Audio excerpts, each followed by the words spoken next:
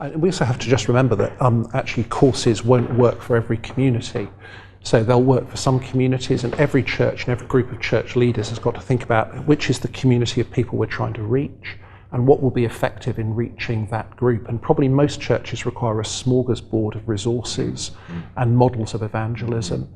Courses work quite well in middle-class communities and contexts. In other communities and contexts, we need to recover things like street preaching, door-to-door evangelism, different kinds of resources. There's going to be no one thing that is the means by which everybody is going to be reached.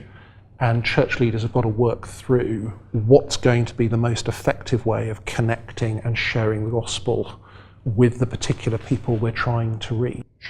Well, I would agree with that, although I do think there is one thing. Okay. I do think that the personal commitment to individuals, I think that's the key DNA. You know, if we lose that in our Christian busyness, where we say, look, this person's got a schedule in from 8:30 to 9:30 on Tuesday evening, or it's not going to happen, we're going to be really struggling to meet them for weeks on end. So I think it's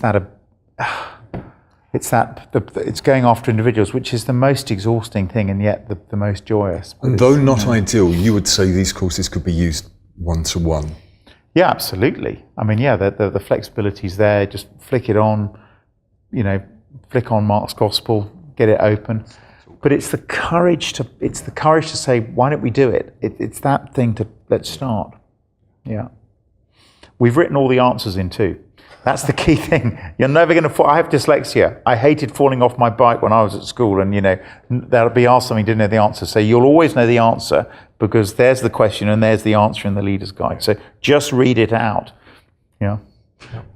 I think the interesting, again, in local church life, my experience has been you plan all of your ways of doing evangelism, and then God converts people in ways that are totally unexpected. But the irony is, if you're not planning and you're not intentional, nothing happens. But we mustn't necessarily expect that everything will happen according to the plans that we've devised. So we need to do everything we possibly can to work towards evangelism. But very often, God will send you people in an utterly surprising way. They'll turn up at church and you don't know how they ever came to come there. And God does a work in them. And that's one of the joys of the work of the gospel, I think. I remember hearing a church doing a summary of Billy Graham, and they'd committed loads of resources, really hoping it would help their church grow, and it really did, but mainly because a couple were put out to do the chairs, and then all these people who came and did the chairs with them, half of whom weren't Christians, all came to church with them as well. So they'd done all this other stuff and got the follow-up forms, but they said, when we looked at all the people who'd come from Billy Graham, and quite a few had, it was mainly because they'd done the chairs with Stuart and Lindsay. That's how it, So it is that sense of the sovereign Lord working out his... I also think just in terms of our mentality, we so easily, and maybe this is a British trait, we're not easily encouraged. We need to learn to rejoice at every single conversion that we see. Every single conversion is a remarkable miracle of God's grace in which a dead person has been brought to new resurrection life.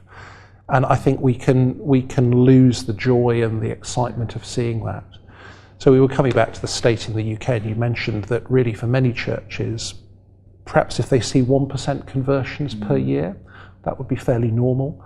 I was looking at some statistics for the Southern Baptists in America yesterday, and their baptismal rate is a 1 to 59 baptismal rate. So it's not far away from where we are, and that's in a much more Christianized culture. So if you've got a church of 100 people, if you see a conversion in a year, that's a fairly normal, in Britain at the moment, response to the gospel. So if you think of those 100 people and all that they're doing in praying and sharing the gospel, to see a conversion is the norm in most churches. And I think we just need to recognize that that is reality and encourage people to keep faithful and not to make them feel that they've failed or that there's something that they can do that will suddenly change that around, because I'm just not aware of churches that are making a significantly different impact. So we rejoice in what the Lord does, and we need to have a realism about the moment that we're living in. Yes, and keep remembering He's done it for us. So don't think He can't do it for them. If He's brought us from death to life, I'm not here because I'm from a lovely Christian home, although that's a great privilege if you are.